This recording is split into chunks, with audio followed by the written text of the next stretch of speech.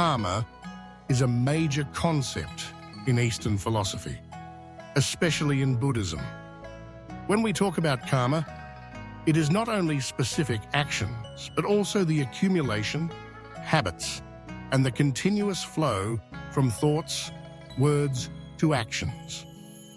Karma is formed through repetition, through small choices that accumulate into great power, called karmic force.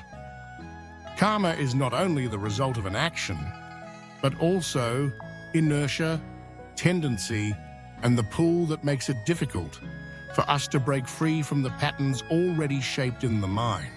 First of all, it must be understood that karma is not a fixed destiny, nor is it an unchangeable eternal sentence. It is true that rivers and mountains are easy to change, but nature is hard to alter.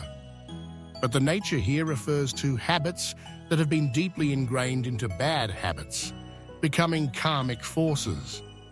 It is difficult to change because we often live unconsciously, living by habit, not realizing the seeds of karma being sown every day through each thought, each word, each action. Karma has two types. White karma is good karma, black karma is bad karma. These are two parallel streams in human life. When facing adversity, people often attribute it to bad karma. But when encountering good fortune, few think of it as the result of good karma.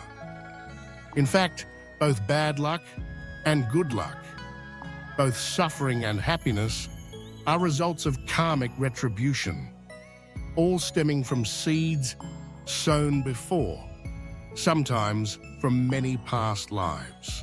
Karma is further divided into collective karma and individual karma.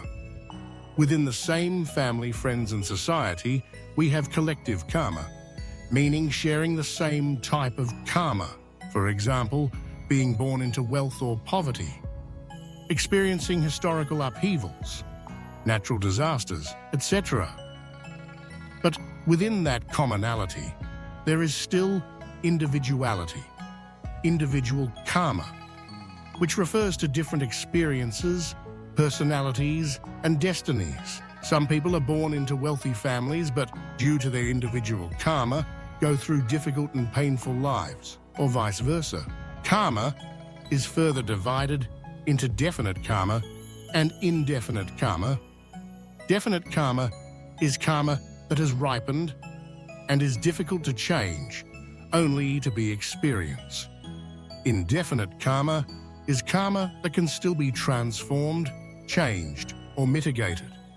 This is very important because it opens up the possibility for practice and transformation of each person's karmic consequences. Regarding the timing of fruiting, karmic retribution is divided into three types. Immediate retribution is the result that manifests in this life. Future retribution is the result that manifests in the next life. Delayed retribution is the result that manifests after many lifetimes. The flow of karma does not always show immediate results, but it certainly does not disappear. It depends on blessings, circumstances, and the ripening time. The origin of karma comes from body, speech, and mind, called the three karmas. But the deepest root is the karma of the mind, which is the mental intention, the thoughts that arise in the mind. These mental intentions form the seeds of karmic consciousness, accumulating in the storehouse consciousness, like a vast repository of seeds of good and evil, joy and sorrow, love and hatred, greed, anger, and ignorance. When living unconsciously without the power of enlightenment, these thoughts continuously accumulate, growing larger, and when conditions arise, they bear fruit or become driving forces that pull and control life. Transforming karma, therefore, needs to start from the root of the mind. If we only fix the outside, only change behavior without awareness, without seeing the origin of karma, It is like just dusting the surface. The dust still deeply clings to the mind. When the mind brightens, when there is the power of mindfulness, we can clearly see each stream of thought, each small habit forming karmic force. True practice is returning to oneself, recognizing each arising thought, not identifying with it, not allowing it to secretly accumulate into new karmic seeds. Some people ask, when meditating or practicing, does karma still arise?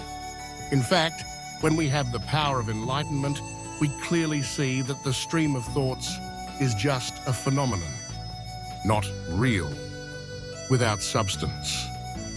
When we see this, thoughts no longer have the power to attract or the ability to imprint seeds into the karmic consciousness.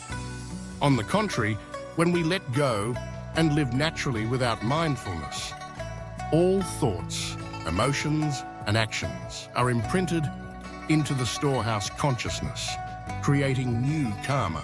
Fear, avoidance, and turning away from thoughts are also forms of karmic conditioning. When facing a thought, if we fear it, hate it, or want to eliminate it, that very fear creates a stronger imprint in the storehouse consciousness, becoming a new karmic seed. We need to look directly at the thought, recognize it without fear, hatred, or identification, simply observing it. That is the power of awareness, of mindfulness. Practitioners need to cultivate the capacity for mindfulness, always being present in every activity, every action, every thought. Without clear awareness, living by habit, and unconsciously, karma will continue to accumulate. If one only practices for a short time and then lets go, it only cleans the outer layer of residue. The deep root of karma has not yet been transformed. One must strengthen the power of clear awareness, regularly return to oneself, recognize each arising thought, and not allow them to secretly form new karma. There are two ways to transform karmic consequences. One is sudden cultivation, which means directly facing the mind, without attachment, without clinging, without fear, without resistance, just observing. When this is achieved, the mind automatically dissolves and no longer has the ability to imprint karmic seeds in the consciousness. The second is gradual cultivation, which means gradually recognizing and transforming step by step without haste or force, but always maintaining a constant illuminating awareness to avoid accumulating new karma. In summary, karma is formed from ideas, from the karmic seed consciousness in the storehouse consciousness. When encountering objects or conditions, that seed arises and manifests as thoughts, speech, and actions. When those actions and speech occur, they continue to cultivate new karmic seeds, creating an endless cycle. To transform this, one must cut it off right from the initial root, from each arising thought in the mind. As long as there is enlightenment, as long as there is mindfulness, without assimilation, attachment, fear, or aversion, karma will no longer have the opportunity to accumulate. Karma has the nature of delusion, including both good and bad karma.